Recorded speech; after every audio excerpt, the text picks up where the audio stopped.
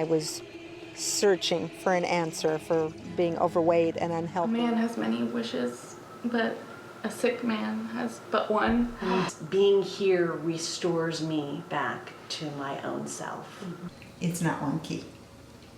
It's a whole ring of keys that I'm going to have to use in some flexible way the rest of my life. A plant-based diet is a performance-based diet, period. It has to taste good, but it also has to be easy. Chef Kai Bravo is an expert. It's delicious. It's unbelievable. Thank you guys, that was We're going to make a chocolate cream pie that's vegan and gluten-free.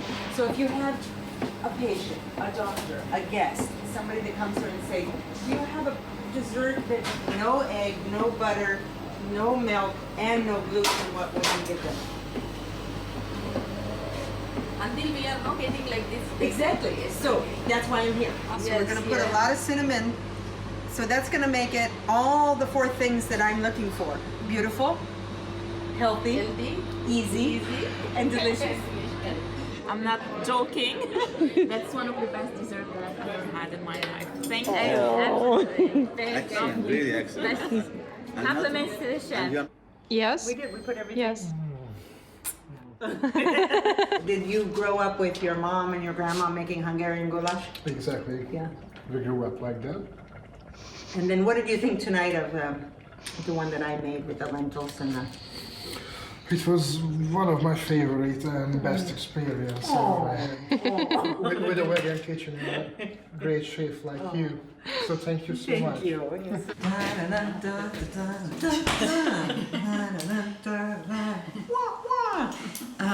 Mayonnaise. Look how thick that is. What is it really? This is what we made last I know night. it's not mayonnaise. Yeah.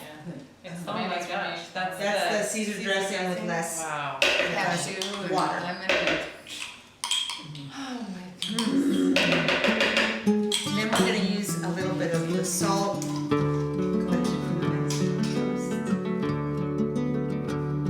Here all the way from California, please welcome Kai Bravo.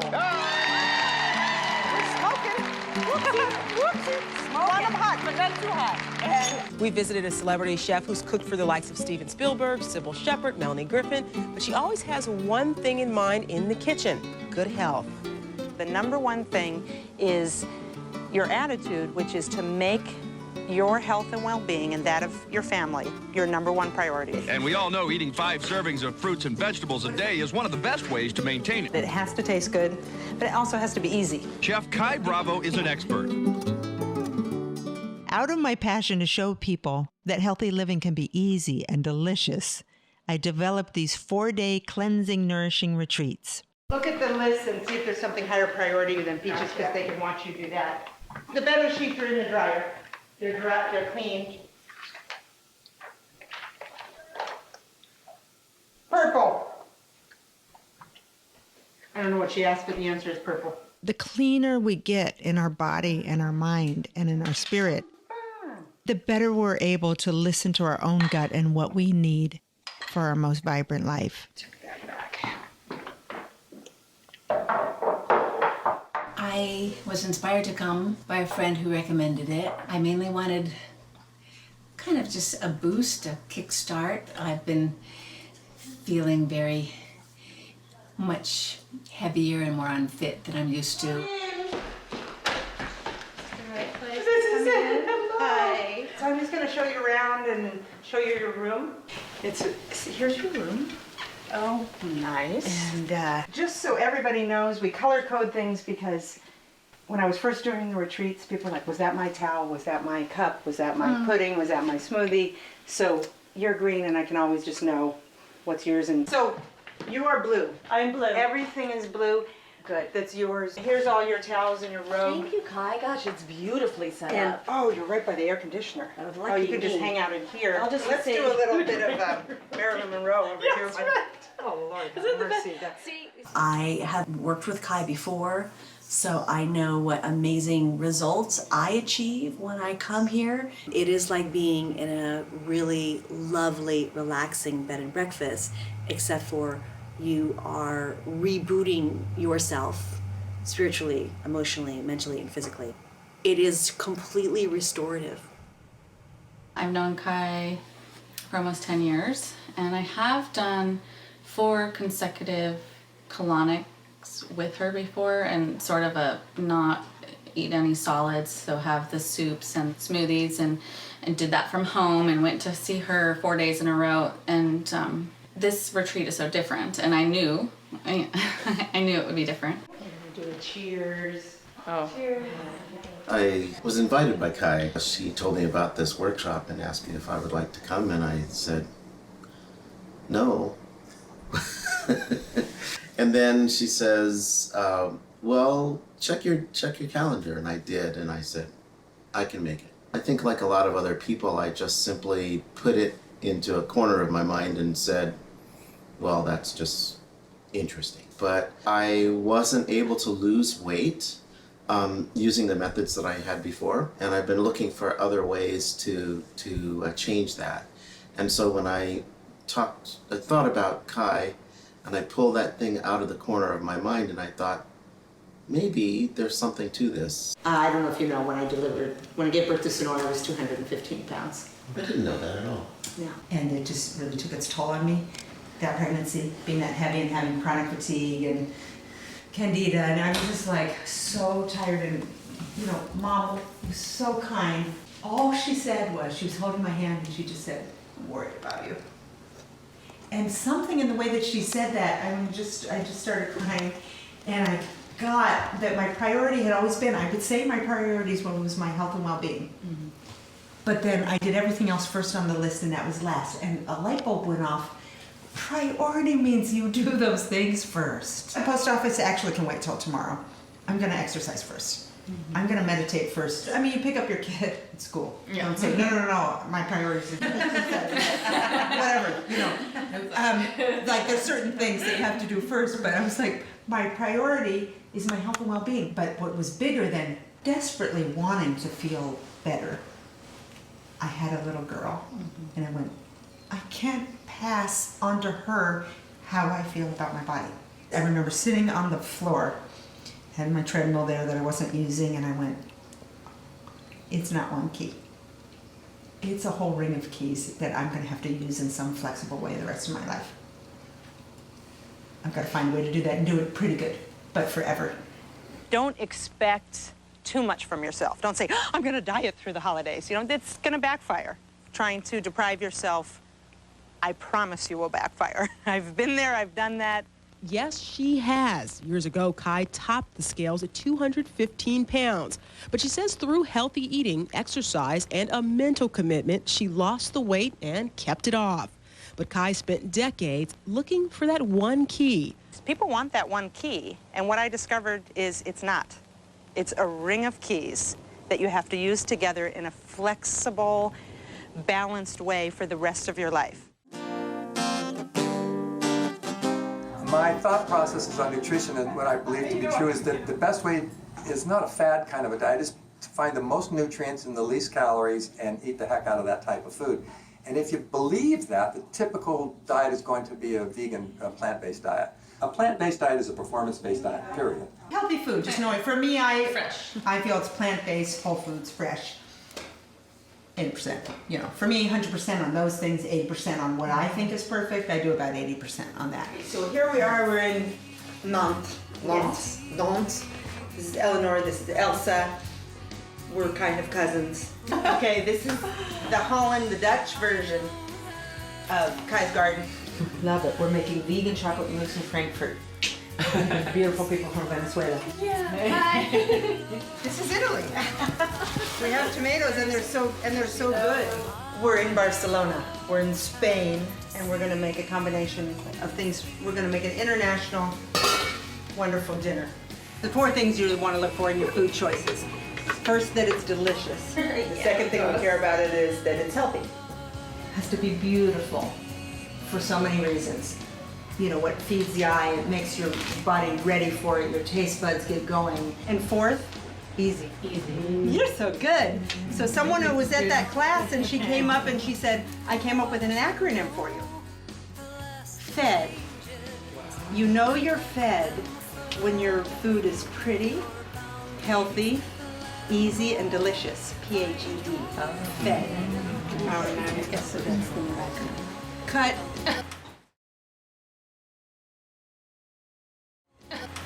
These are beautiful. Seeing those seeds? You can smell it. That's more like a lemon. It's a little bit of between a lemon and a lime. So the flavor will be a little different. It's an adventure. Almost ready. It adds color and flavor, of course, and nutrients. So we want all of that. I'll show you how we garnish it. I need paprika. It's one we brought. It's a smoked paprika, even is lovely. So again, we have freshly soaked, freshly cooked black beans. This really makes this more nutritious, more beautiful. That is very nice. No, it's amazing. It looks amazing. So for two things, to make it heartier, I put the fresh avocado because they're so beautiful here. I used to laugh when I've been a vegetarian for like 45 years, and I would go into the market and I say, where's the health food? Oh, you mean the health food section? It's that aisle right there. Or part of that first part of the aisle. Right. I said, so that's where the healthy food is.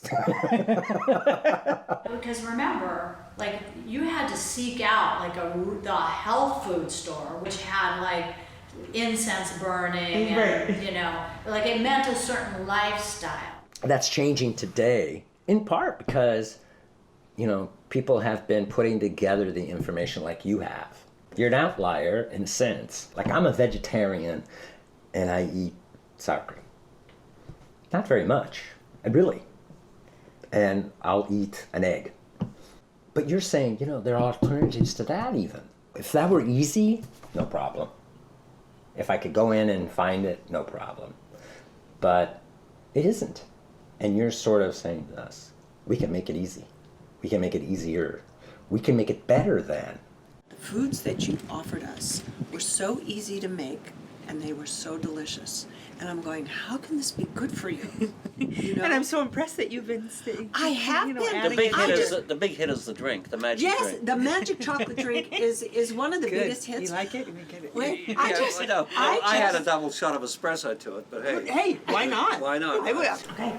So, it's called the magic chocolate drink, and you're gonna absolutely fall in love with it. Sometimes I make a chocolate drink with just almond milk. If you already have almond milk made, throw in some cacao and either a date or a little maple syrup. If you just have a minute, some ice. It's like the perfect afternoon. The cacao has more antioxidants than any other. Right. I know you don't care, but No. Jody made one the other day, and we'd run out of hemp seeds here there in the garage. She didn't want to walk over there. Yeah. And so we didn't have enough hemp seeds in it, and I realized it was the hemp seeds that provide the emulsification and make it feel like it's a milk drink. But hemp seeds are complete protein, and they have the perfect balance of the omega-3, 6, and 9, which we need the balance of that. It's so easy to get plenty of 6, omega-6, then it's going to be on all your oils and chips and, you know, corn chips and all that. And if you eat a lot of 6, it's all about balance. It's like with estrogen and progesterone. If you eat a lot of 6, you better make sure you get some 3. Hemp already has the balance of all those 3. So this is really fast and easy to make. I'm going to double it. It says 2 cups of water. What I like to do is do a cup of water, a cup of ice. So I'm going to double it. 2 cups of water and 2 cups of ice. And then instead of a half a cup of hemp seeds, we're going to do a cup. 2 heaping tablespoons of this is raw ground cacao powder. And this is the same thing as the cocoa nibs, but it's just ground up. Any alternative milk to make it taste like dairy, a pinch of salt, and something sweet, because regular dairy is a little sweet and a little salty. My favorite sweetener, because it's the only whole food sweetener, is dates. Like these medjool dates, because they're soft and caramely. I like the flavor, I like the texture better. Some dates are really fibrous and hard, and they're not that great for sweetening things with, because they don't blend up that easily. These are super soft. They're really like caramel. And that's all. Oh, the cinnamon, right? A half a teaspoon of that as well. Yeah, this is how we measure that. Very well. So again, always start on low. As we do for our sisters and our brothers. Oh, these are the seeds. I love it when I follow the recipe. I mean, I love it when I don't too, but so you know, right? That is delicious. It's unbelievable. You're right. Pleasure.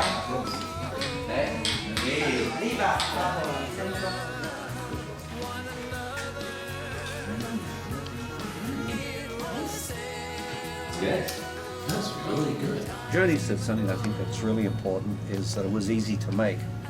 And People so- will take this yeah. complicated recipe. People say, "Oh yeah, all you have to do is this diet, and it's got 40 ingredients." And Not who's going gonna to stay happen. with it? Nobody's What's going gonna to do happen? that. So I notice when you talk about your food, I don't feel that I'm being lectured to or being put upon, and I don't feel that you're asking me to give anything up that matters to me. I just went away with a group of women, and each person had to bring a new recipe. I bought 3, and it was great. If Joni can come home and start making the stuff, that's a triumph. No, the triumph is.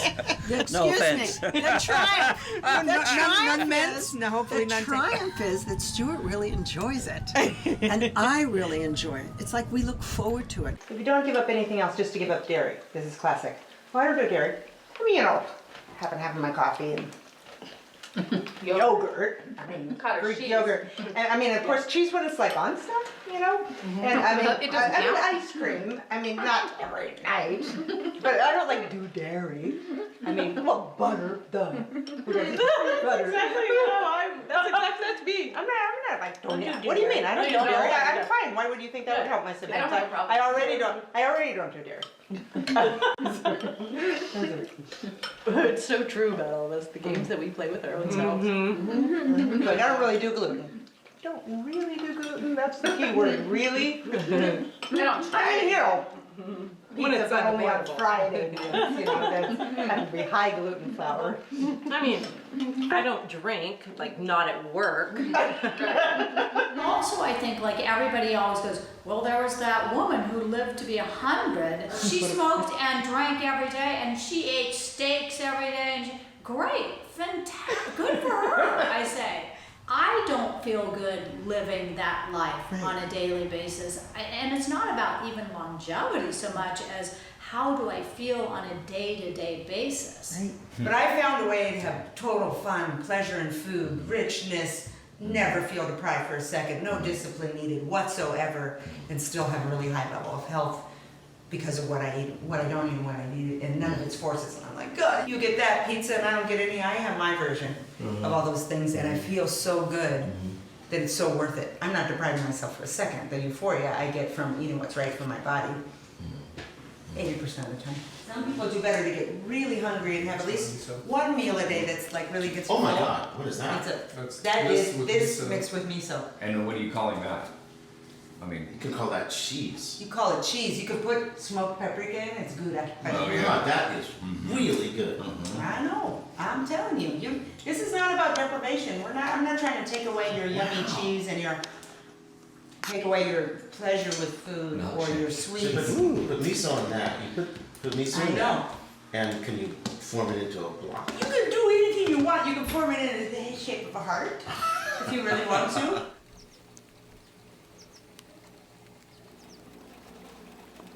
I'm from the East Coast. I grew up in Maryland, and I did not eat from the farm. I grew up with, like, no offense to my mom and dad, they did great, but it was, leisure peas. Anyway, the nutrition was very standard American diet for the time, and so I heard about this colonic thing, and Serena's like, oh, come on, you can come with me. I'm like, really? So I went to Kai, and she's helped me so many times, and that's why I feel very grateful that I've absorbed some of this information, but she's always learning more, so this is awesome. I've already learned today new information, but I kind of consider myself a student of nutrition. Nutrition's really tough.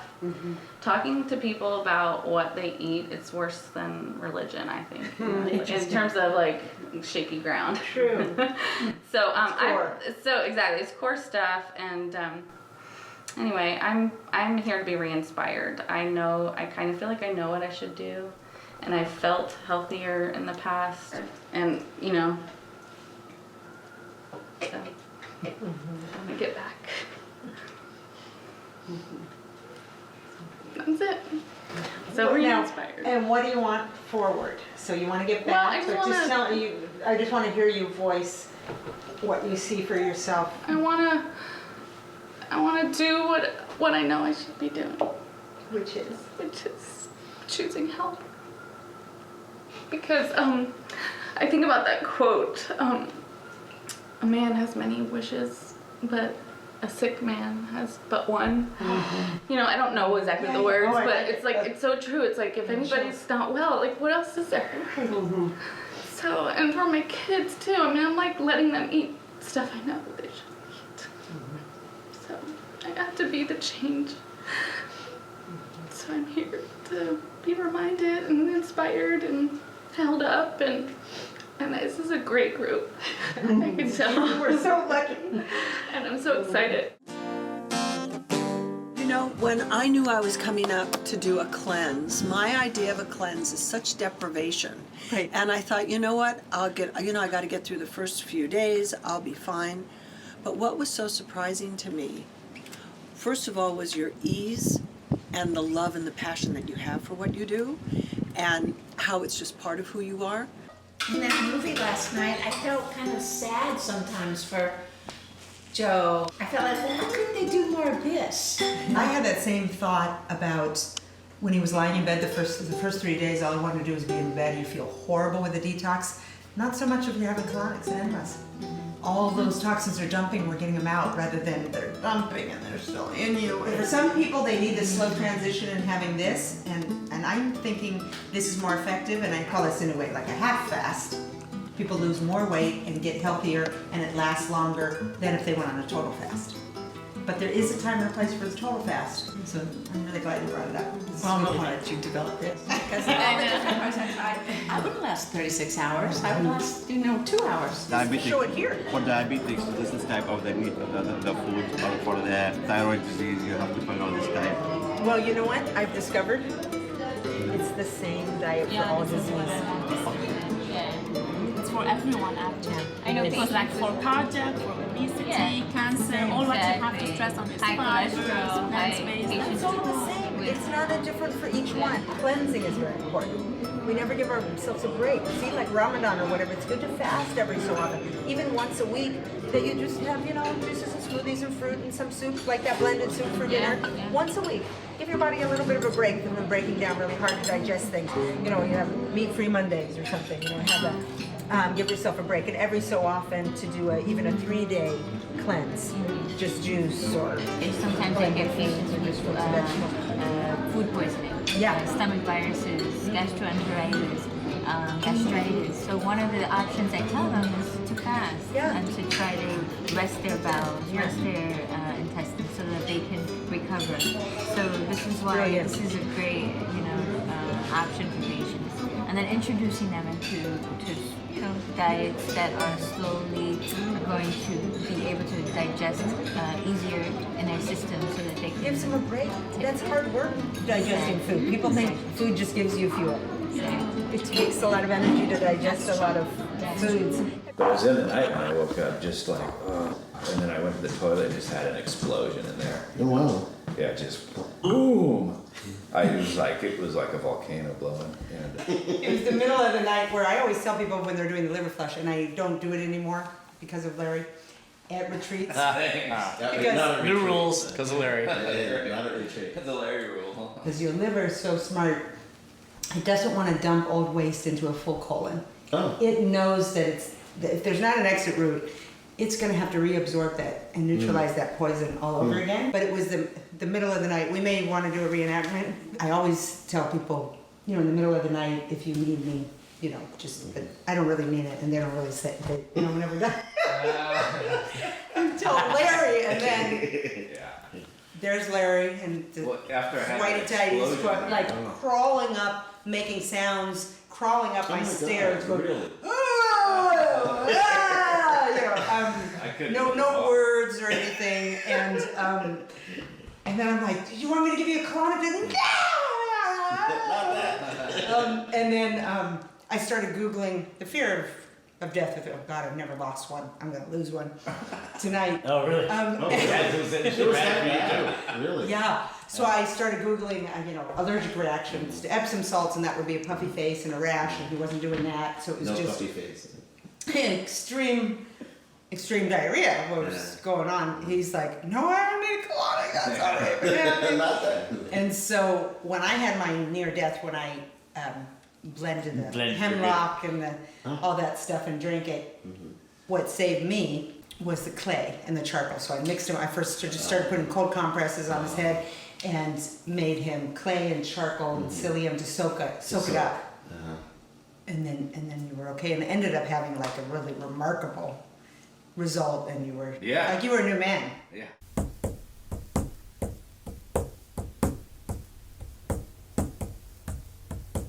Oh, poop angel, how I need you to come right to me. To help me to do more than have you watch me set it up. Okay. Tomorrow I'm gonna coach you doing it. Oh, good. So that I'm confident that when you leave here, you're like, I got this. When you help me have a good poopy, it makes me feel so light and free. Oh, poop angel, please. Good. You're like, I'm in love it. heaven when I have a poopy. It makes me feel so right that I could dance all night. How I love it when you fly. In the morning, I'll be like, I feel like Hallelujah. Probably been in you a couple minutes, okay, but not forever. So you can go to like 25. You don't want to go to the movies with it. Right. I'm tired of the same old There he is. He's doing practically a diet. Poopy angel, poopy angel, poopy angel. Be an angel to me. That's so fast, lady. I need Kai Bravo, can't you see? I mean, I've done coffee enemas in all kinds of places. In a bus stop, in a phone booth. Try an airplane. I had to get to San Francisco and then drive all the way up to Ukiah and do a bunch of stuff, and I'm like, oh my God, what I would do for a coffee enema right now. So I'm like, can I have a cup of coffee and a water?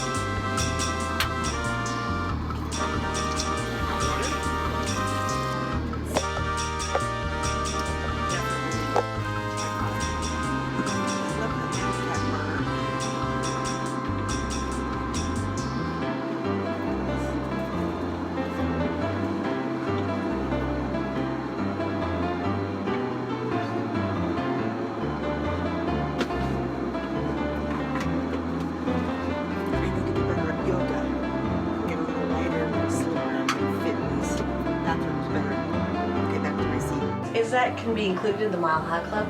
I think so. Wait, it's just like the new, you know, the new Mile High Club. I'm going right back downstairs to help Sam do his coffee enema. Hunger and satisfaction. I really got the base of that through Janine Roth. Of wait till you're hungry. Stop when you've had enough. Seems simple enough. One of the tools that she gave me that I really used was every time I'm going for the food, just to stop, even for 30 seconds, to say, close my eyes and say, on a scale of 1 to 10, how hungry am I? 10 is starving, 1 is stuffed. If you're a 5 or over, yeah, it's a good idea to have something to eat. Close your eyes. What exactly do I want? I want something crunchy. Do I want to? So you satisfy the thing rather than, well, I should eat this, but I kind of want to eat. So you eat the thing you should eat, and then you eat the thing you want to eat. And then you've eaten them both. So it trained myself out of it to go, often I wasn't hungry. So I go, oh, I'm not even hungry, I'm going for the food. I wonder why I can still go for the food. Even this, I wasn't saying I couldn't go for the food. I can, but let me take 2 minutes just to see if something else is going on. Solve that thing and see if I'm still hungry. I close my eyes, go, I'm actually not hungry. I felt hungry here. I was habit, knee-jerk reaction going for the food. Don't feel hungry here. If I wait till I'm hungry, oh my God, how much more pleasure. How it's gonna digest. how much better I'll feel about myself, how much more I'll know when to stop. If Yeah, I started, that's the big one for yeah, me. started when I was I can hungry. sit down with the almond butter and the rice cakes and that's Yeah. healthy. And then I realized I ate the whole packet. Right, yeah, because it wasn't for, wow, I'm really hungry. So I would look at it and go, wow, I'm not even hungry. Let's just look and see what it might be. I'm just gonna ask the question why I'm going for the food. It could be as simple as, I need to make that phone call. It's not even that confronting of a phone call, but I'm just putting it off because I don't exactly know what to say. I make that phone call first and see if I'm still hungry. Or, you know what, I need a hug. Somebody said something to me yesterday and it hit me not just the right way, and I didn't even know part of my energy was upset about that, and I didn't even know it, and I was going for the food to not feel it, and I didn't even know I was doing it.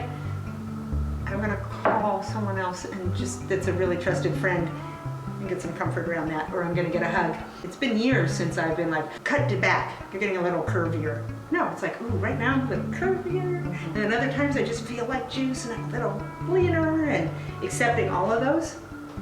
I'm a little curvier right now. And then love that, and know it has its course. Everyone, goes up and down 6 to 8 pounds. And just go with that flow and you don't focus on that. I am my best friend. I am the love of my life. And I want to serve myself like a queen, but it just isn't going to taste that good if I'm doing it when I'm not hungry.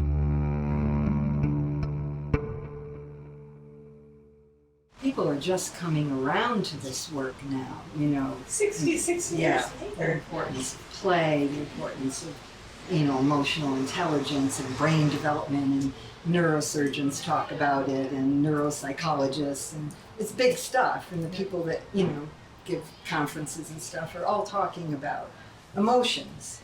And it's like, yeah? Like, really? You just figured that out? A lot of people eat to feel better emotionally. Right. And the last thing they want is for you to come along, or me to come along, or anybody to come along and say, you know that thing that makes you feel really good right now? Okay. That's not really very healthy for you. I have a tendency to overindulge. I'm a, if some is good, more is better person. And that makes me have a very full, rich life. But it also can take its toll. And the way I go through emotional times in my life is it comes out of my body. I actually had thoughts that if I got skinny too, maybe people would be jealous. I mean, I didn't even know I had that thought. Or there were thoughts of like, I'd see someone that seemed like effortlessly, she could eat anything and she was skinny and gorgeous, and I, bitch. And then I think, I want that, and I'm putting that out there, that's probably not a good thing. So I would catch myself and go, bless her, oh my God, love her, more power to her. You just never know anybody's story is the point Mhm. too. Right. Like you just so easy to see something and be like, God, they have it all. Yeah. It's so easy to go there and you just never know. You just what never they're- know. what they're- I have emotional stuff that is causing me to keep that extra weight on for comfort and protection. So that was just looking at, well, let's deal with some of the emotions and maybe I won't need that second helping to sort of keep them down. The whole food thing is a really deep issue in my life because I come from a family where one side of my family is they're all really big people. And going back to, childhood, a lot of times, like, what do we all do together? We're gonna sit around and eat. And so early on, there's this kind of, weirdness around what we're using food for. And it's for comfort, That's a very American thing. It is. Yes. As a kid, I was the chubby kid. I got teased. I had some hurt and issues over that as a kid. And I was really fortunate to get with a great gym coach in high school who got me into lifting weights, got in shape, and helped me compete and get trophies and just really feel good about myself. So I still had a lot of these eating habits. The self-esteem stuff that's established when you're a kid, and especially junior high, boy, do they stick with you. That's been the other part of this is the education and then the whole kind of emotional part, changing, like noticing and changing like emotional eating, or social eating. And, yes, we still do it, but what else can we do together? I often get emotional myself, and growing up with, some kind of expressing emotions weren't really allowed or supported, and so I've often, like when I feel angry, I sometimes cry and feel like that takes my power away. of expressing myself. So I've had to learn that I can cry and be angry or say how I feel at the same time. And it's still not easy, but it's a long learning process. But anyway, I appreciate when someone else, especially, I didn't feel it from Eve that time, that she felt embarrassed about crying at all, but I can feel sometimes people do. And so I just try to remind them it's perfectly appropriate. It's interesting to sit in a group of strangers and I didn't feel uncomfortable crying. I felt like I could, and I didn't feel vulnerable. And you guys all made me feel very safe, and it was just so comfortable. So comfortable. Right, and we had all known each other for, 25 minutes. Yeah.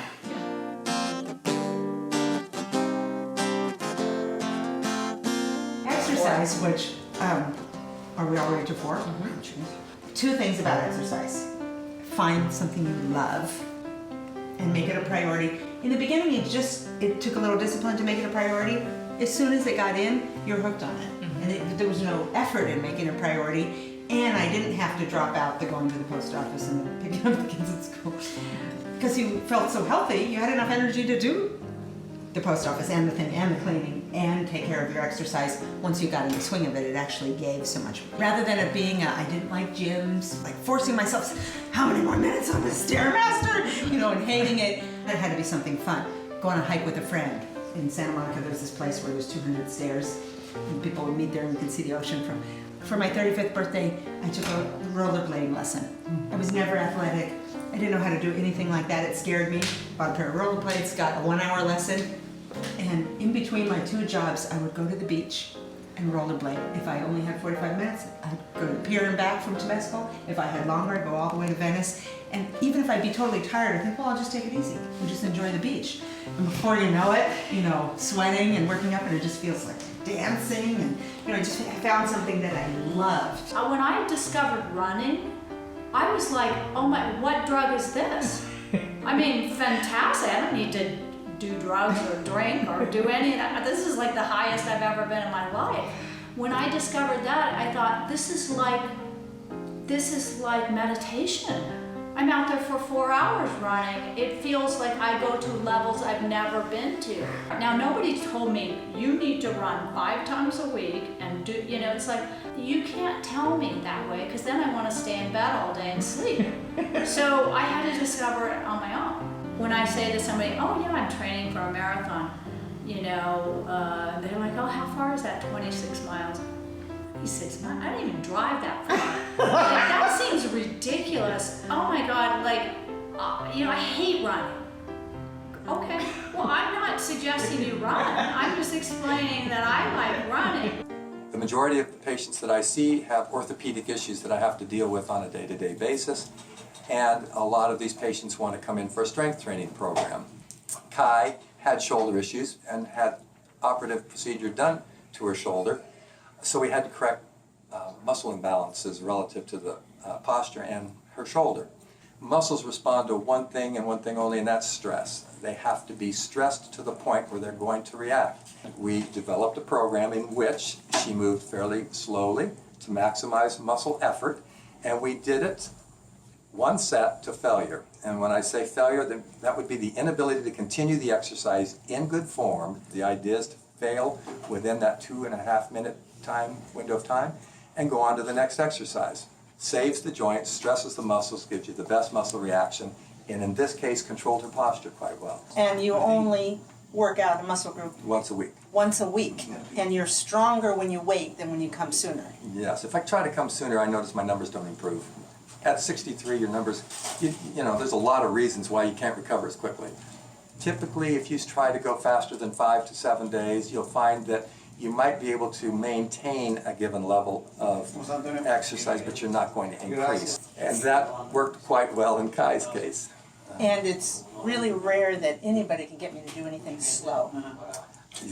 I can vouch for that. So, and that is the word I have to use. Slowly, slowly, slower. You can't go too slow. You will find that machines work better for this because we can put her in a safe environment. If you're asking a person to fail, you have to put them in an environment that is totally safe to fail. So that the worst thing that can happen when they reach total muscular fatigue is they just stop pushing or pulling. I mean, when I say I work out once a week, it's like 15 to 20 minutes once a week. So it's not like it's a long time. It's a very short time. And on that, I actually lost body fat and gained muscle mass. 15 minutes once a week. Compared to an hour 5 days a week. And I know you've tested some of these gym rats that every day and do lots of repetitions and do all that stuff, but then your test, I said, well, let me see you do some Superman push-ups. But you probably can't do Superman push-ups. And you're 63 and you only work out once a week for 15 minutes. I can't imagine that you could do that at your age and you only work out once a week for 15 minutes. I don't know. I mean, you want me to do it? I want you to do it. Because I don't think people will believe it. A Superman push-up is to put yourself at a very disadvantageous position and see if your core is strong enough to hold against it. And the interesting part is when I'm doing these once a week workouts, is I don't hit core that in the traditional way that people think about it. You use core in every exercise, but you're done in such a short period of time, and it's so intense that your core gets leveraged into doing it. So you bring your arms up overhead, keep your head like this, and you just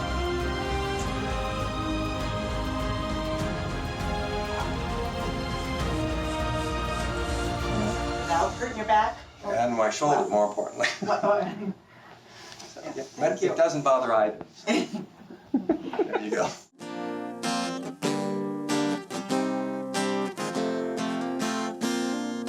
And then after exercise also is to relax.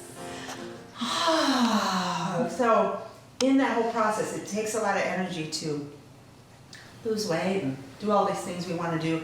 And rest is actually one of the really, really important things. And people don't take time to do that or think it's unproductive or something. It's a really, really important part of the process. Meditating, calming down, because it's stress, if we're really tired, it's very easy to think what we need is more food to help our mood get up and give us energy. If we're getting enough rest, we don't need as much. Breathe in the sweetness, breathe in the love, release all your worries and rise above. Let go of ego, melt away fear, let go to your source and the way will be clear. Take your time, it's your time.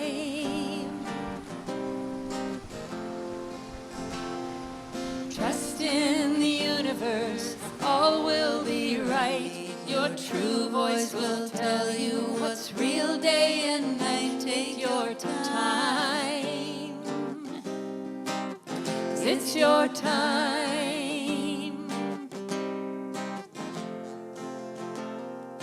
Be in the now and live beyond fear. You will know how peace is right here. One of the most powerful tools I found to bring peace came to me even before I started the retreats. In 2008, I had an experience that totally changed my life forever. I was on my way to a trip to New York, and I had this book I really wanted to write. On my way to the airport in San Francisco, I stopped at Grace Cathedral just to calm myself down. I was passionate about what I wanted to say, but I had no idea how to carry it out. I start walking the labyrinth and decide to just completely throw myself into it. And just as I step onto the labyrinth, these 8 words come to me just as clear as day and feel like they're a guidance I need, and they need to be in the order that they came. As soon as I was done with the labyrinth, I was calm. I felt better than ever, and anytime some stress arose, I just used these 8 words, and it seemed like the answer was right there. I arrive in New York, and I've been really into making green smoothies, and I hear that picking greens in the wild is even more potent, and when you blend them in the blender, they're even more potent, like 100 times stronger. And I picked some greens and took them to a local health food store to find out if they were edible and not poisonous.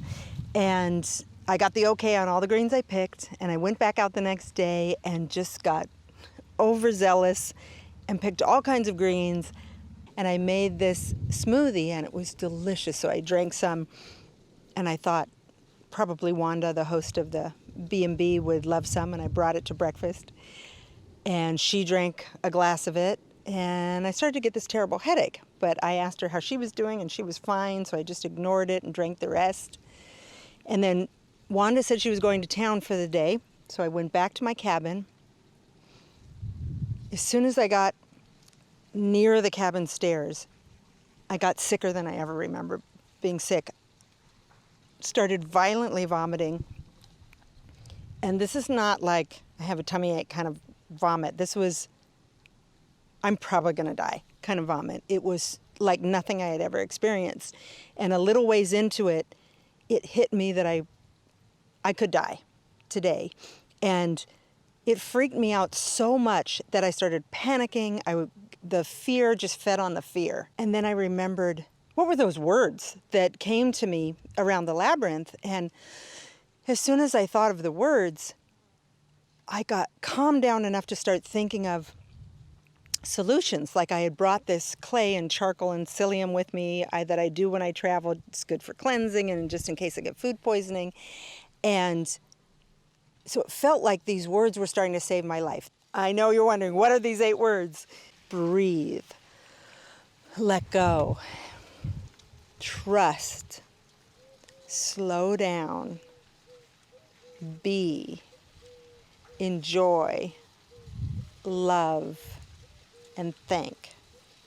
Every time I used these words, it brought me some peace and calm. And at one point I just started thinking about, how can I die? I started just reflecting on my life. Have I done everything I thought I should do? Where did I hold myself back just because I was afraid of what people would think of me? And it began this experience of facing every fear I ever had and just letting layers and layers go. And every time I started to panic, I used these words and some other calming solution would come to me and it would recenter myself. And as I kind of really got, I could die today, and feeling that and being present with that feeling, I started to feel more alive than I had ever felt. I went over to see if Wanda was okay. And when she was, it was just the biggest relief. And as I left there and we went out to go to New York City, I just felt like I had been reborn. I was almost like a new person, and that stayed with me. And as I walked through the city, I felt like every single thing was this exciting, precious gift. These words I am getting clearer and clearer over the years didn't just come to me to save my life that day. They came to me to keep expanding on that experience and keeping it alive. I had been working with people with their health, and as much as possible to uplift also their mood and their attitude and working on the emotional side. But after this experience, I felt like spirituality was something that was such a big part of the keys.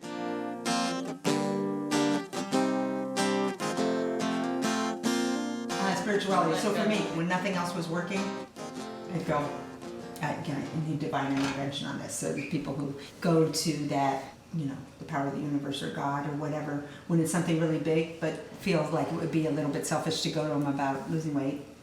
But it was like, I had to let go and say, I'm doing it all. I put it in your hands. I let go. Give it all over to something, to the higher. I just want the highest good for all. I don't care what size I am. I don't work. I just want the highest good for all. I feel like I'd be more useful to myself and everyone if I felt good about myself and felt healthy, and I'd have more energy. And it's not about ego and just really letting that go. Forgiving myself, forgiving other people, forgiving people that said when I was 12, wow, you gained weight, and that started, forgiveness, melting all that away, sending love to a little girl that felt like she had to be skinny to be okay, and, doing it from the inside out and loving myself exactly the way I was. You can't have lasting positive change from hating something. I can't hate my fat off. I had to have soon after that, in the beginning, I had to have a conversation with the extra weight and say, thank you. Thank you. You were the protection when I didn't have the words. right around that same time is around 40-ish, around midlife-ish, which really isn't midlife. Not anymore. No.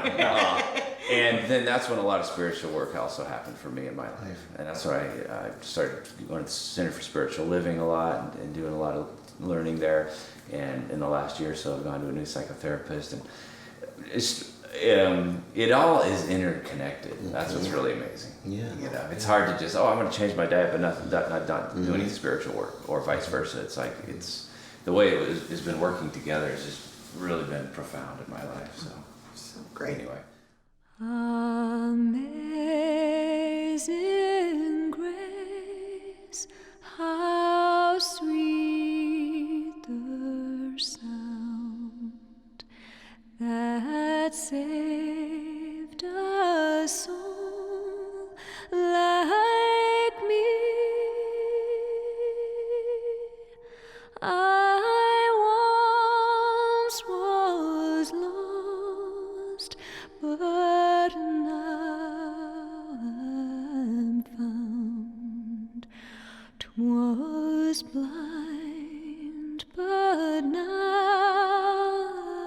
I see.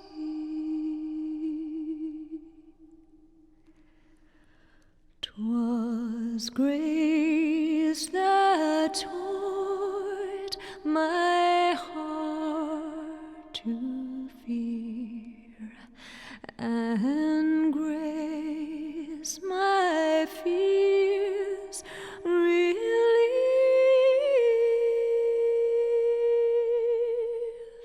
How precious did that grace appear the hour I first believed.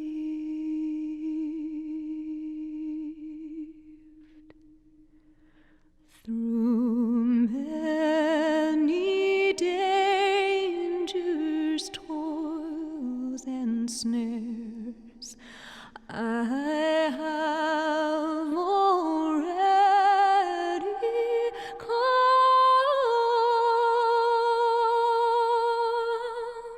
'Twas grace that brought me safe this far, and grace will lead me home.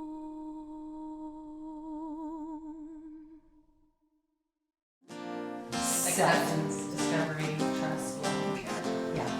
So that's sort of self-explanatory. Maybe you take care of yourself, put yourself as number one, fall in love with yourself, do all those things. It is from the inside out. You know, therapy, find great spiritual mentors, whatever it was, do things to know yourself better and take care of yourself. Then you naturally just wouldn't make destructive choices. Well, it also lays out really what evolution of the self takes. I mean, it sounds like a contradiction, but I think that we want a safe space in which to take risks to express ourselves authentically. So it sounds like an oxymoron, but you won't take the risk to be authentic unless you feel a space is safe to do that, because the risk is in your own exploration and finding out about yourself things you didn't know, and you want it to be safe while you're doing that. You want people to be there for you no matter what you find out about yourself. It usually turns out what you find out about yourself is more pleasant and wonderful than you ever dreamt. That's how I feel when I come here. I feel like everything opens up for me, and I guess what happens is, whether I'm having something that I'm learning from emotionally, a problem that you can look at, that's a problem, but it's an experience that I'm gonna come out the other end of with more information, or physical, this being here restores me back to my own self. One of the things that has really saved me is for years, until I was like, I don't know, late 30s, early 40s, I had a good sense of myself as a good person, where I could have self-esteem and feel good when I did everything perfectly right 100% of the time. And one little thing off, and somehow it was 0%, and freak it like to my core. And I just adopted this 80-20 kind of thing. That I could just have this great sense of myself that I do the right thing, 80% of the time. Right. And then when that 20% happened where I wasn't like my best, I could include that. I swear it changed my whole life. I like that 80-20. 80-20. So I noticed that Kai was always fully present. That's just how you always were. And you mentioned that idea of being fully present. I think that's a huge idea. Eckhart Tolle talks about it a lot. One of my favorite Eckhart moments is he gets questioned by a French person and says, Eckhart, what do you think is the best theoretical model of therapy? And Eckhart, I think, is like a little gnome, like this little wizard, and he kind of gives a little giggle, like one of those, And he said, if the therapist can be fully present with the client and bring the client to be fully present in the moment, then it actually doesn't matter what theoretical model of therapy you use, everything will work. Now, if on the other hand, the therapist cannot be fully present, and therefore the client won't come to be fully present, then once again it doesn't matter what theoretical model you use, because nothing will work. Right. And I think with food, if people could be fully present when they eat, then they'd learn to self-regulate. If I was going back to my teen self or my 20s self, I would say, there is a reason, there is a purpose, there is value in this that you're going through. There is value. And I think that's what you and I always could reflect to each other, because you have to turn around and see the lesson and tell somebody else, oh, I got the lesson this week. It makes it real. It makes it like not just a, phase I'm going through. And I think that that's why you're who you are today, to be able to give back to people, is that you were somebody who had a suffering, a lesson, and then a giving back. So you've had that within you always. I think what's different is you had that, and then you had a lot of junk on top of that. I think we both went through the process of getting those layers off. Going down those paths have been inspirational to other people. They've also been like hell. It's so much easier to just sit there and let other people tell you how you should feel and who you should be. But to actually go out and seek that and figure that out on your own, that's the real journey.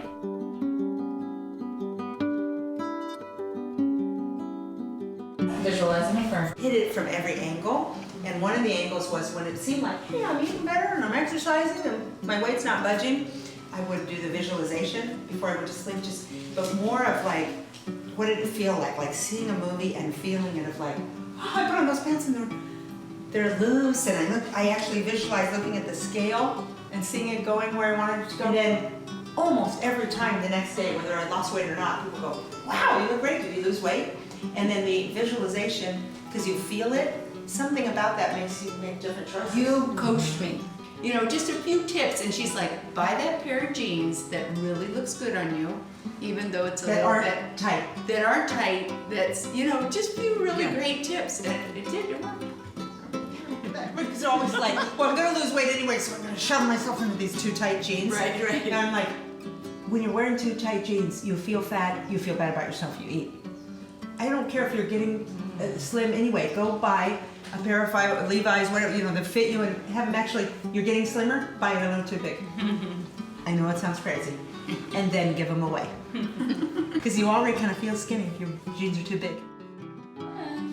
Oh yeah, we can get so serious even about our personal growth and our being healthy, and fun is the key ingredient. You're at work and someone's kind of being a little condescending or rude to you for some reason. Right. So I'd be like, oh, you know what? Sorry, I'm really, really pretty, but I'm not really that smart. So you're gonna have to say that again. Nobody knows, nobody sees.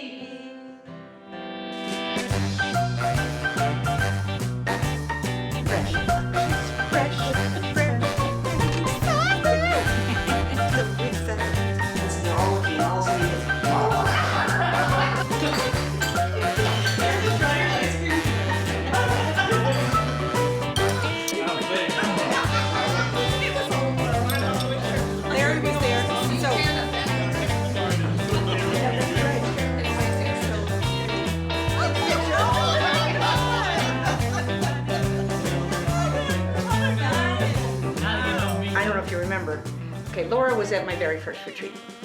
So she's the only one here. I'm that's a an repeater. alumni. I've been met 4 times. Are you kidding? Oh, right. That's true. Some people it takes them a little while. We're ready to just give you a hard time this weekend. I don't want to. She's like, she can handle it. It sounds like I'm being mean. I'm just Like, what was it about the first, second time, the third time that didn't help you? Were you a chef for Steven Spielberg or Carrie Fisher? Yeah, Steven Spielberg, Sybil Shepherd. I was friends with Carrie Fisher, but not her cook. But I got to cook for Harrison Ford, and this actually is a funny story. I have to take off my glasses for this one. So I was working for Kathy and Frank, and I did the gig, and Harrison Ford called me himself, like, I'm going to be finishing a movie, and I got your name from so-and-so. Harrison, what do you call Mr. Ford? So I'm coming out, and they're sitting down and eating, and I'm talking to Hank. And he's like, well, don't you want to sit down and join us? And I said, oh no, you know how it is, you're cooking all day, I'm not really hungry. And he goes, oh yeah, I know. He goes, actually, I don't know, I never do any cooking. And I went, wham! Right into like a door that was this thick, like a wall, like, boom, like walking full on like it wasn't there, to the point, sit down with an ice pack on it, loose egg, kind of. That's how much dreamier he is even in person. Oh my God, I have to sit down. That's so beautifully working. That's such a great Support, give it and receive it. So important, and I highly recommend using that support. It's just as important to have someone to give support to, because it reminds you as it is to get it when you need it. Because, you know, there's a lot of unsupport out there, and a lot of celebrations and meetings and revolve around the other different kind of food I'm talking about here, and there's a lot of stress out there. So you need a bag of tricks. More chairs, pull up a chair.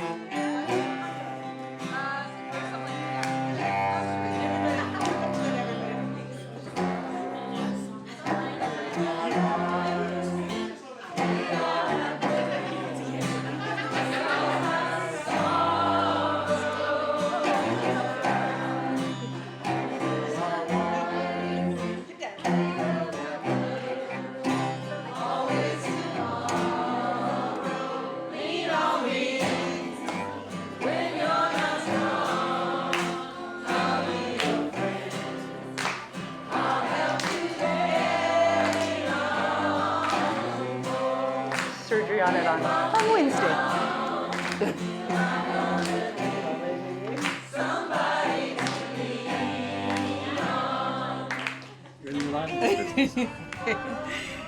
And then that Joni kept saying over and over and over again, but you were so fat. Oh, come on. I know someone.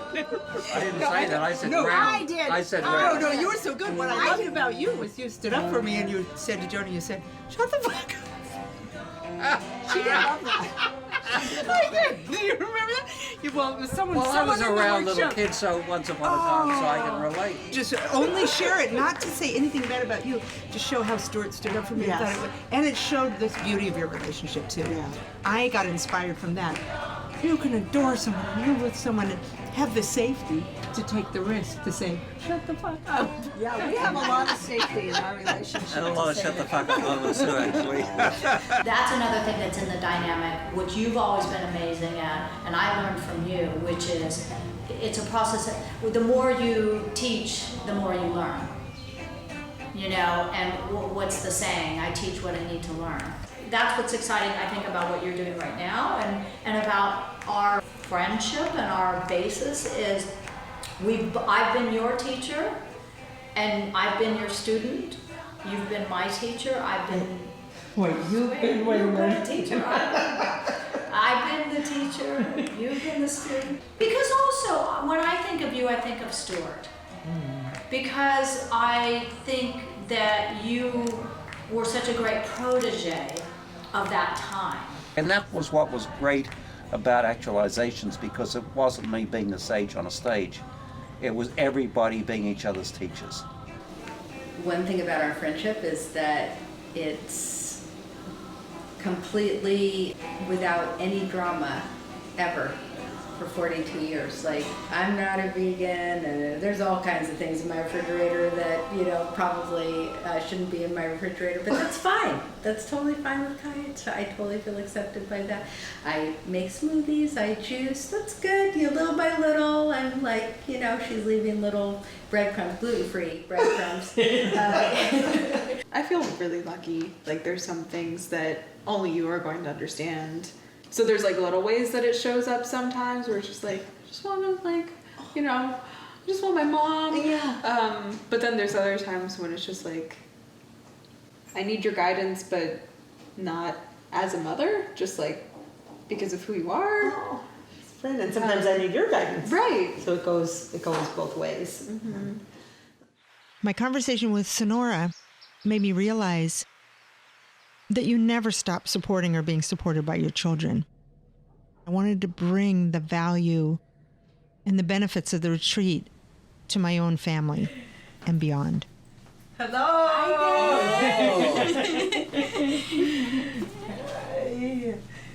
Well, when you can't come to the retreat's coming to you. How are you feeling? Well, I had a pretty good sleep last night. Okay. And everything's different today. Oh, wow. And I don't know yet what the difference is. Okay. That will unfold. We're here with a surprise micro retreat. Okay, are you up for that? Okay, good. So the first thing we're gonna Shaver? do. Hair scissors? We're gonna fix it right up. It's already almost due for it now. You Like had a just- makeover. It's like a makeover, but inside and out. And we're gonna give you a ton of love. And we're gonna, now, I can't bring my colonic machine, but I brought a coffee enema. It's gonna make you feel really good. What it does is it takes the weight off your liver, you know, because you've just been through some things where you had medication and your liver's had to work hard. But the enema is amazing at how much that can do. And that used to be something grandmothers gave their kids when anything was wrong with them. And it was like a new lease on life, because not just because it cleans out your bowels, but there are veins right near there that go directly to the liver, and it's medicine that triggers the liver to dump its waste, and then you just feel a lot better in a really short amount of time. So it's like a little mini retreat. I remember I have a fatty liver. I made up the special brew. It's full of all kinds of medicine that's in the green coffee. So they're selling it in pills, but it's much better to go through an enema because it doesn't get ruined through your whole digestive system. It actually goes directly to the liver to clean it. And so you're ready? You up for that? Yeah. Okay, excellent. I think it might be this first. Okay. Not right here, but I'm gonna put my glasses on. I'll guard the door. Okay. And then we'll You do come the in. shaving Yeah. after. Shaving after. You run interference. All right, you got you. Cyril, there's a pirate stall in here. Oh, come on. Sweet. Sweet. This is it's a sweet. It's like a sweet. There's even a. Oh my gosh. This was made This is made to There's be. a stool. I think I would need to make a piano. Perfect. I'm gonna step out for a minute. You go ahead and do that, and then I'll come back in. I'm not sure though. Okay. Sometimes You just like I'm in a you holler. situation where I say I wish Kai was here. Aw, and then here I am. Doesn't look like it's too windy, so we don't need to hold that down. Okay, but Thing you that let me made know. something Okay. out of What do you it. think it's got? Bars or something on this part. Okay, so.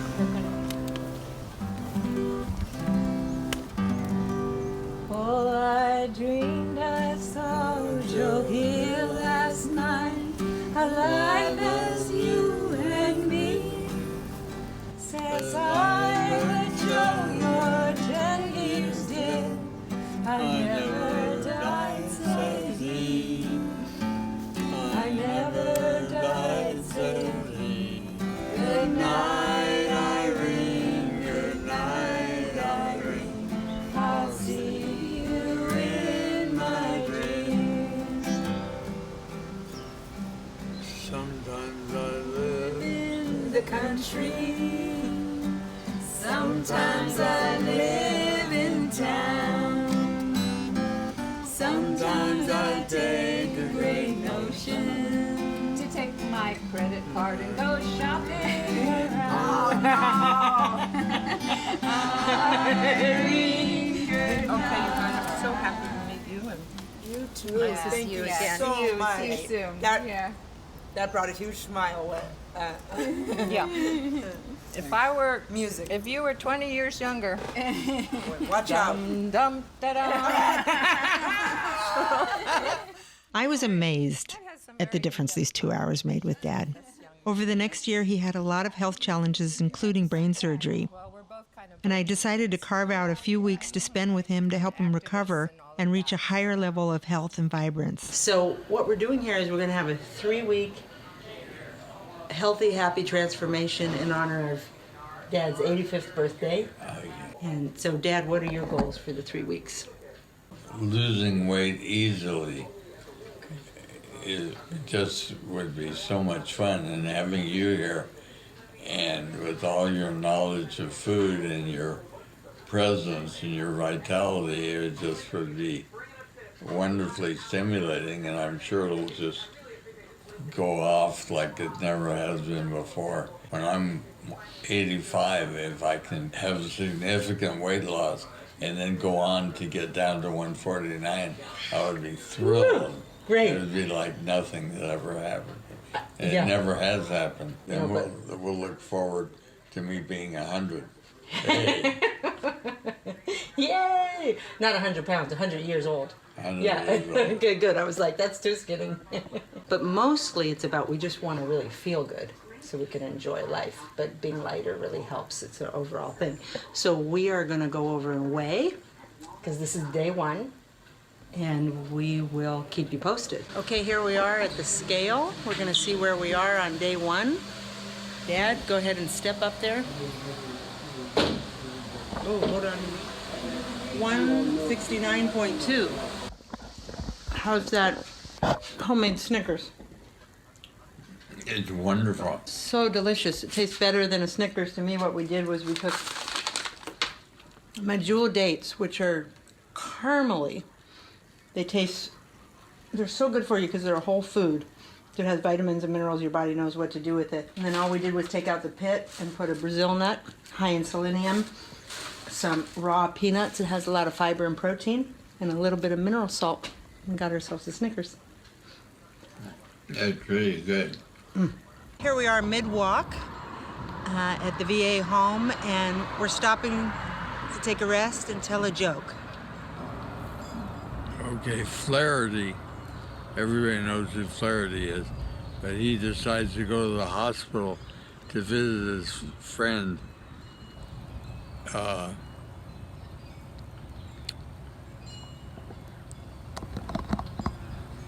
What's his friend's name? I don't know. I don't even know who Flaherty is. Day 1, and it's 8:30 p.m. How are we doing? Am I ready for sleep? It was a wonderful, wonderful day. I feel so full, and yet I just ate wonderful vegan things. It's not about deprivation.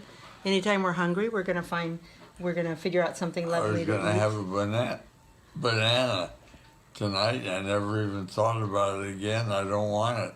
And I feel renewed. It's a rebirth. And it's just day 1. My body's So- really into it. I Great. can't wait for day 2. Okay, Flaherty. So he goes to the hospital. Connigan he's near paralysis, but he managed to get his hand up and he points to a pencil and paper lying on the desk. And so Flaherty gives him the pencil and paper and he writes something on it and he gives it to Flaherty. He goes home and he hears a couple days later that Connigan died. And he went to the funeral and he noticed he had the piece of paper in his pocket, so he took it out. He thought it might be something inspiring, something he could read to the family. And he looked at it and said, "You're standing on my oxygen tube."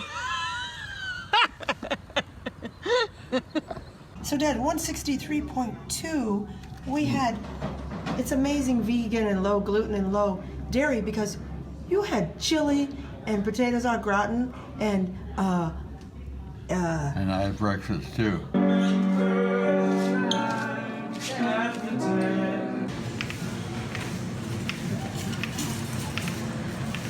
That's it. Oh, here we go. Oh, there's my friend's ice cream. They make that out of cashews. And then we have the coconut bliss. If you back up just a little. You got plenty of room, Dad.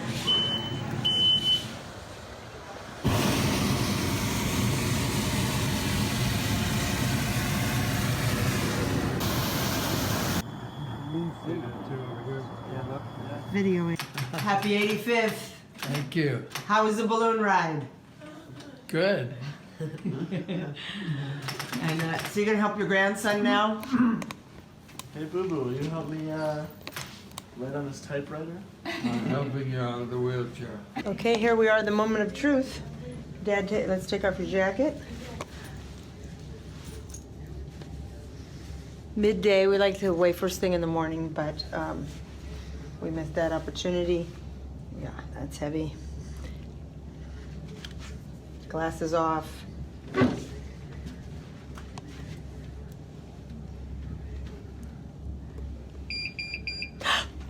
Lost another 0.6. Look at that. 161.2. What was it before? Yesterday was 161.8.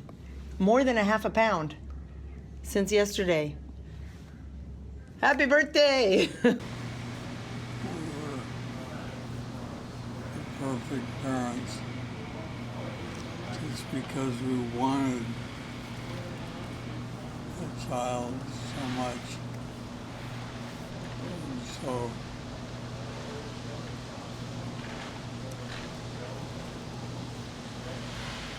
we had children. Well, we knew we wanted kids. We didn't know how many. We thought 3 maybe.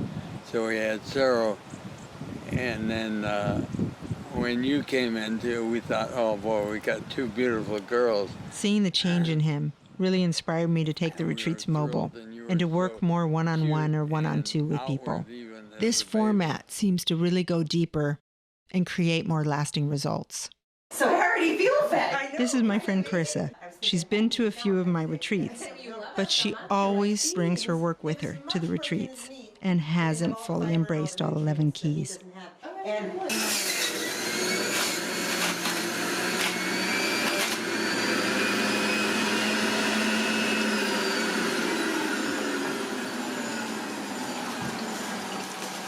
Celery juice is best all by itself first, and then we'll have a smoothie.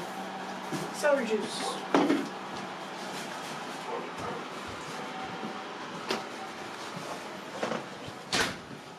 Celery juice.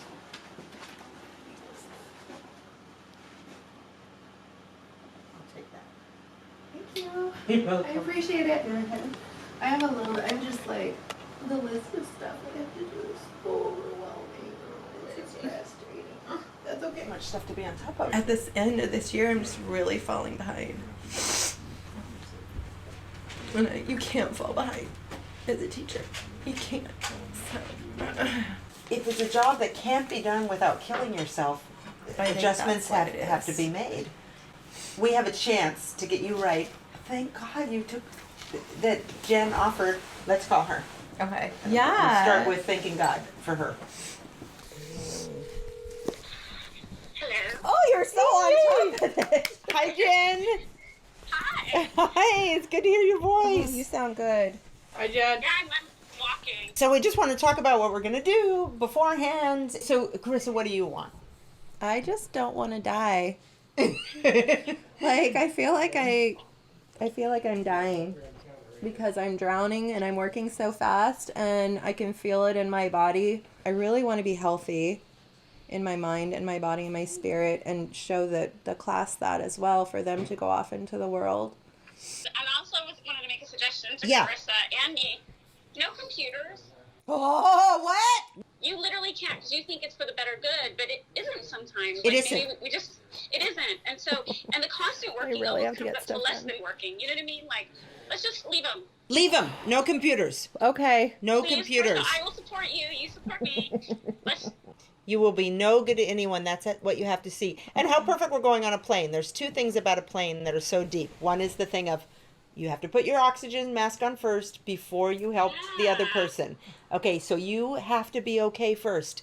Screw it all. It can all just fall apart. Otherwise, we're going to wind up in hospitals, right? Okay, that's good. So we have to take care of ourselves first. The other thing about an airplane is the plane usually pretty much leaves on time and pretty much gets there on time exactly where it's supposed to go. But you know what? It's off course 90% of the time. It's actually like it goes off course, correct, off course, correct, off course, and it doesn't go, I'm off course, oh God, and then you get way more off course, oh, fuck, you know. And we're going to get where we're going. Yeah. And it's okay that we're off course 90% of the time. In honor of Carissa's 50th, and to raise our chances of this really sticking with her this time, we're taking her out of her environment far, far away. We're going to Bali.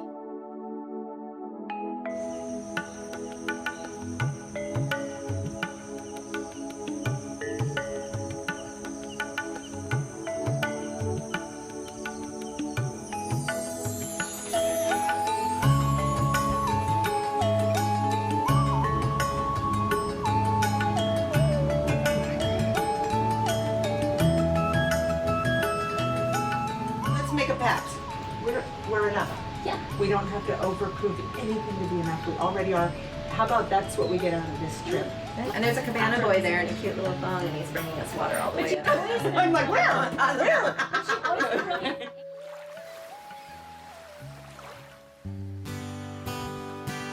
Bless the water as it flows into the sea of life. Bless the water as it flows into the ocean. Bless the water as it flows and flows. Love as it grows and grows. May it be so forever and for always. Bless the water as it makes its way to every sea. Bless the water as it's smoothing rocks and greening trees. Bless the water as Making coffee.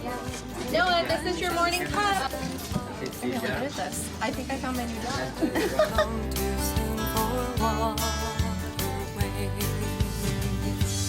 And I know I would never get this far without hope and dreams, without knowing that we are meant to be much freer. Well, you can't really see it in the video, but we are looking at a giant lake and then a beautiful mountain. This is the first time from 1.5 years ago. Like this, one of the over there. Really? The first time, yes, really. Yeah. Water as it's coming down from human eyes. That's the water as it's coursing through rivers, streams, creeks to oceans blue, coursing through me and you all our days. And I know I would never get this far without hope and dreams, without knowing that we are meant to be much freer, healing beings. And I see one water, one earth, one humanity. Morning, oh what a beautiful day. I've got a beautiful feeling. Everything's going my way.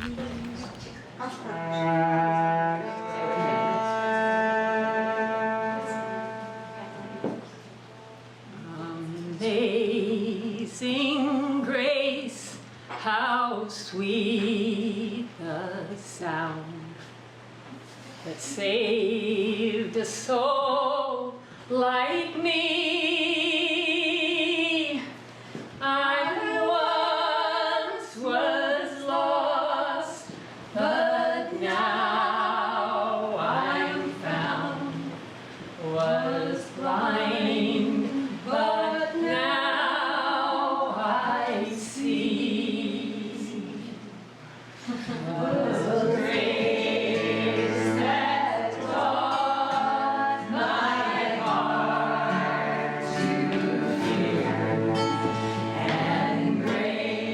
When the Ring of Keys first came to me, when it first dawned on me, it was when I was searching for an answer for being overweight and unhealthy and unhappy with myself and my life and being in my own skin.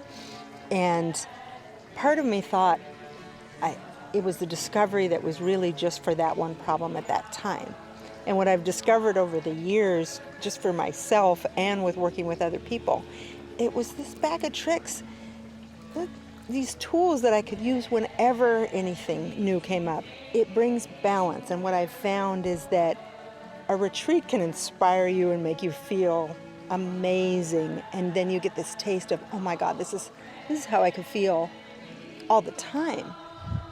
But then in order to sustain it and keep that balance in your life, I've found that this Ring of Keys is something that we have to practice. It's essential to set up my life to support this healthy lifestyle. It doesn't just happen on its own. It can feel like that sometimes when you're feeling fantastic, that you'd never make the wrong choices again. And I've been through it over and over again, and I've found that the way to keep that health and happiness vibrant and alive is to keep practicing all these tools and see it as a lifestyle forever. If just something's not working, I can go back and look at this Ring of Keys, and it's funny that Ring of Keys is R-O-K.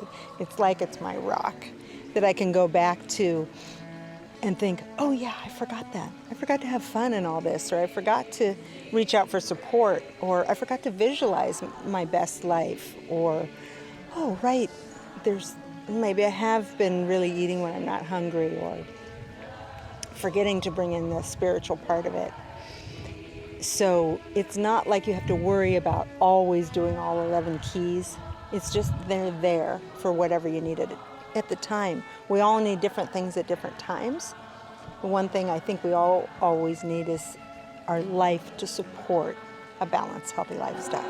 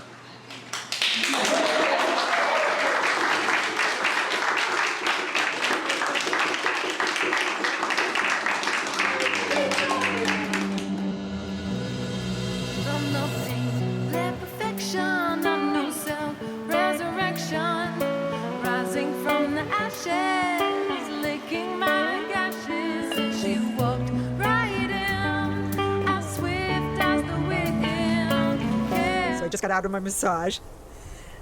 I put a little dragon fruit on. I don't know if I'm ready for this, but I don't want to miss this opportunity. This couple overheard that there's nothing vegan on the menu. That's just not true when I'm in the house. So I'm gonna go into the kitchen. They have like 15 minutes. I've got 10 minutes to make them a beautiful meal. It's vegan and gluten-free. See what I'm doing here? And no, I don't actually work here. But when I'm faced with a situation where someone's wanting a plant-based option and that option is not on the menu, I'm doing this without my glasses, so who knows what it's going to look like.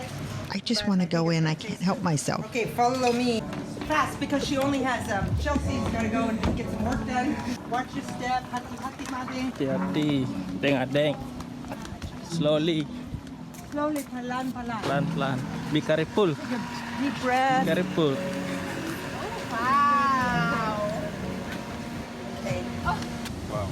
Okay, I'm gonna let Chelsea guess. So we've got quinoa, tomato, olives, my favorite. Why did you guys go vegan? How did I go? So I actually did a meat-free month, meat-free July when I was living in Dubai. And I just found that I actually enjoyed what I was eating more. Do you feel fed? Definitely. Thank you. You're welcome. We'll try this thing.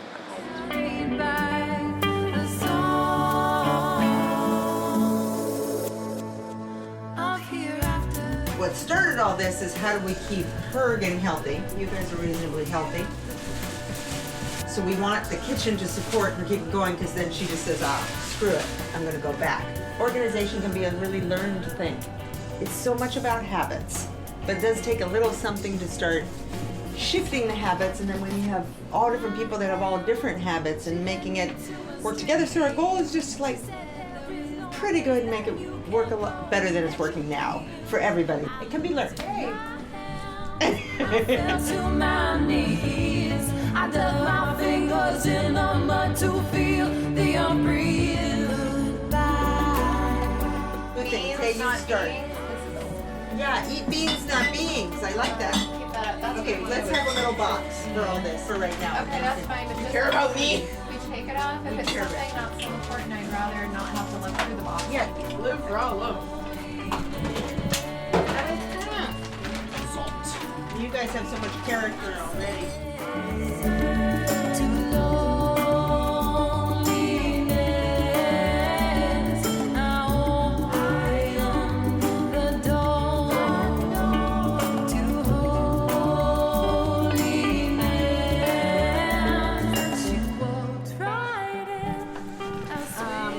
It could be if you have enough. You know, that's when the ants come. If you just dump it right outside the front door.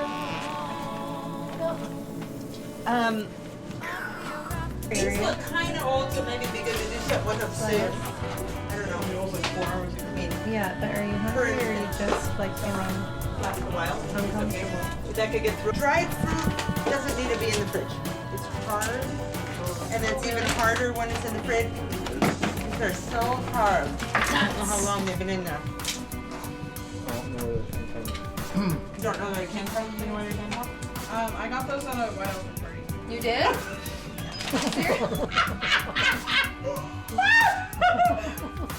Wait a minute. I think I'll have some more.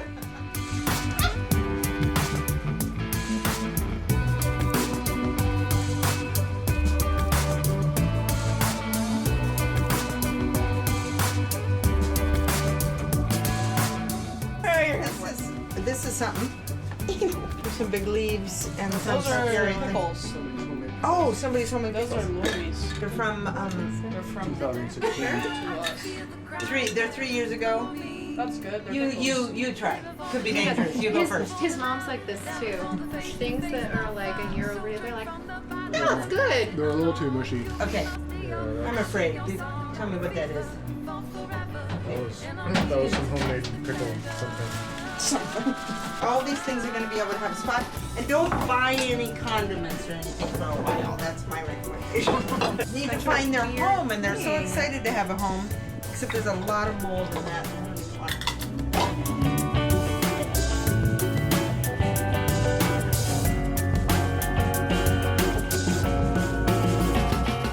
You guys are really condiment people. We are. I don't think one thing is enough. No, I think we the are relishes. extreme condiment. Okay, so salad dressings, What if we but things put like this. salad dressings up here? Remember what it looked like before? Okay, get an idea of what it looked like before. Hey, the could you experience. go in there and get me the relish? Lots of tahini and then now take a Look, you can find. Look, there's the There's the tahini. There's the relish. There's salad dressing. It makes it easy to want to make something. And as emotional as that could have been, it worked out pretty well. I know, I thought it was gonna make you cry. That was gonna be I was like, I thought it was going to make you I yell. thought it was gonna make you How do you feel about it? How do you feel about it? I want to just live either in my bathroom or just live in. Can I just live in You almost fit in there. I know. Just living down. Now, I Yeah. just want to live in there or in my bathroom. Group hug, family hug. Get in here, Bucky. Thank you guys. That was a hug.